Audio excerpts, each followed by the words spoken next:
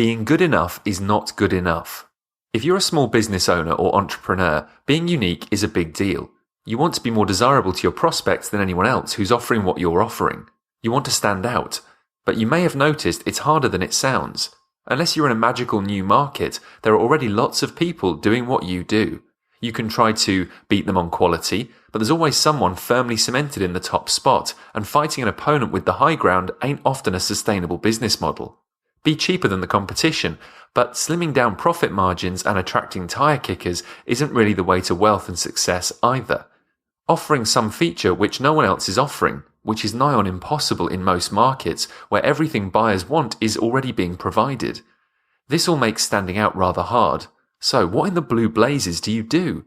You can't follow the standard advice, that's for sure. Business old schoolers and plenty of gurus tell you you're supposed to develop a unique selling proposition or USP. They tell you to pick a benefit that's different from what the competition is offering and dominate it. They tell you to advertise the hell out of it to the point where you own that segment of the customer's mind. Sounds great, but there's only one problem. It doesn't work anymore. The idea for the USP was invented in the 1940s to explain the success of advertising campaigns. Back then there were substantially fewer advertisers than there are now, and it was much easier to find a unique benefit. Not anymore. Now, the world is saturated with advertising, and simply being unique isn't enough. If you want to succeed, you need to go one better and develop something that will make you stand out as more desirable than any USP ever could. The next generation of the unique selling proposition. Original madman David Ogilvy called it a big idea. He applied it specifically to advertising, but it works for all kinds of marketing platforms, especially websites. He said, "You will never win fame and fortune unless you also invent big ideas. It takes a big idea to attract the attention of consumers and get them to buy your product. Unless your advertising contains a big idea, it will pass like a ship in the night." Right, but what is it? Big idea sounds kind of vague to me and also a bit grandiose, so I call it a concept, because that's exactly what it is, a central theme or idea which binds all of your marketing together. It forms a kind of foundation for your marketing identity and makes you desirable to your prospects in a way that nothing else can. But you can't just use any old theme or idea. You need some very specific elements. 4, actually. Number 1, uniqueness. It may not be sufficient, but it is necessary. That's good news if you've been reading this thinking, "But Neil, I already have a USP that works well for me. Are you saying it's no good?" No sirree Bob, I sure ain't. It's perfect, but you can turn it into something even better that'll pull your prospects in harder. Most unique selling propositions are just big ideas waiting to be set free. If you don't have a USP, well, don't worry. You can create a great concept without one. I did. In a way, it'll become your USP, but not as you traditionally think of one. Number 2, stories.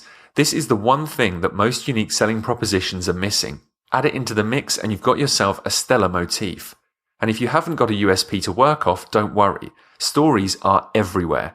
You can turn even the most boring things into gripping stories with a little bit of application. You probably have a dozen great stories up your sleeve right now, just waiting to be told, and you don't even know it. Let me give you an example. Have you heard of our digital marketing agency client, Progressive Property? No? Well, go ahead and check out their website. One of the core values is quality built to last. Not exactly a unique claim, hey? How many companies say something similar? It's decidedly non-unique selling proposition-ish. But look how they turn this generic value into a concept. Check out their headline. Building and managing a completely hands-free property portfolio that you can retire on, enjoying financial independence for the long term. Quality? Check. Hands-free property investing. People don't invest in rubbish. Built to last? Check. It'll create an income you can retire on. That's longevity.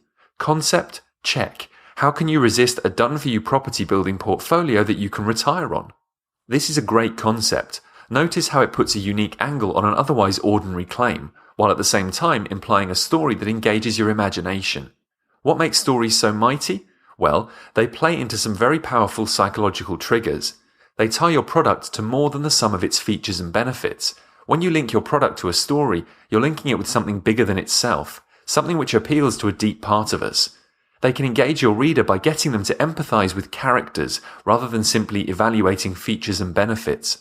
By having them visualize things, you bypass the rational processing parts of his brain and go straight to deeper, less critical centers. Good stories are inherently viral. Have you noticed how when you come across a story that appeals to you, the first thing you want to do is share it with someone else? Number 3. Simplicity. Another thing you'll notice about progressive property's concept is that it's all said in a single sentence. This is another thing that sets motifs apart from other kinds of ideas. They must be simple. The best motifs make natural headlines because they can be stated or summarized in a sentence or two. Now, you've got to be careful here. If you read any good marketing authorities, Drayton Bird or Gary Halbert for example, you'll know that headlines should emphasize real benefits. They should pass the so what test or the forehead slap test. And if you're working out a headline that isn't going to be used in conjunction with a picture, that's good advice. But remember, a motif must contain a story. It doesn't have to contain a benefit, although it's a good idea. David Ogilvy created some outstandingly successful campaigns with headlines like "The Man in the Hathaway Shirt" and "The Man from Schweppes is Here." Not strong headlines by themselves, but he coupled them with intriguing pictures that made reading the ad copy irresistible. A similar approach could work brilliantly on your website. Whichever way you go, the point to remember is that a motif is simple. It should capture just one idea and evoke one primary emotion in your prospect. Number 4. Surprise. The interesting thing about uniqueness is how uninteresting it is. Everything is unique in some way, and the mere fact that your motif is also unique does nothing to ensure its success. It must go beyond uniqueness and surprise your prospect. When he first comes across it, he should pause for just a moment, and then experience a tiny thrill. Now, be careful. There's a huge, inept industry in advertising built around being shocking or funny, as if entertaining people will provoke them to buy things. It does the opposite. Cleverness for the sake of cleverness is nothing but creative masturbation. It's quickly appreciated and quickly forgotten. There's no lasting appeal in being cutesy or comical. The surprise of a great concept is not that kind of surprise. Rather, it comes from an unexpected combination of ideas. For progressive property, it's in taking a common guarantee and extrapolating it into a provocative picture.